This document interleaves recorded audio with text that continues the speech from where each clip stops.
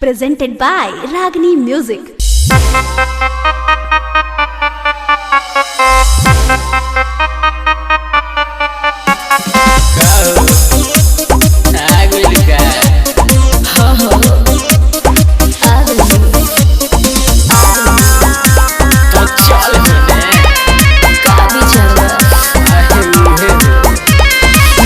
चिपकली जैसे चिपक दीवार से वही में चिपक जा तू अपन भतार से।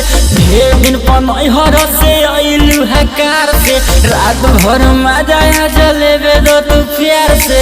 आज भर ढेल दा ढोढ़ी जाने छील दा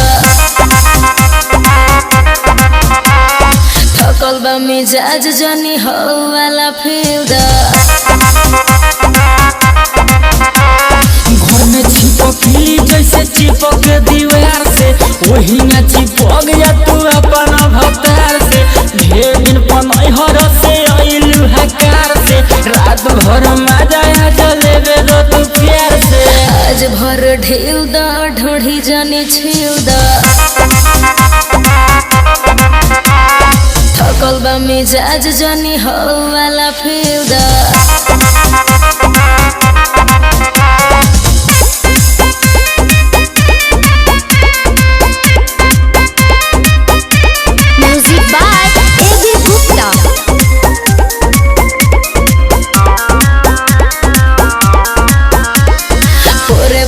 देह मोर टूटतावे हो मान जा बलम दम घुटतावे हो।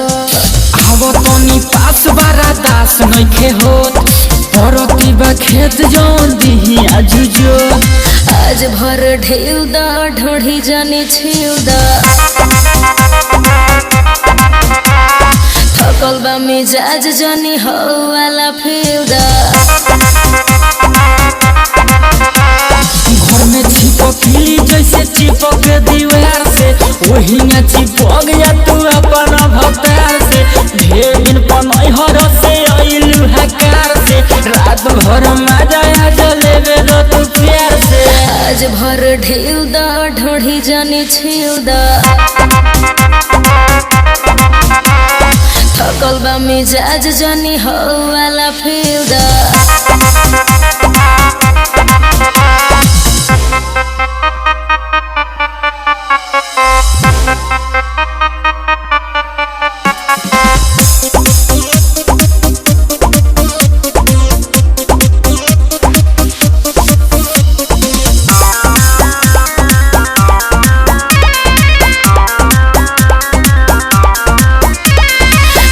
के मुआइया के छोड़ब का हो बुलेट राजा देह कोड़ब का हो।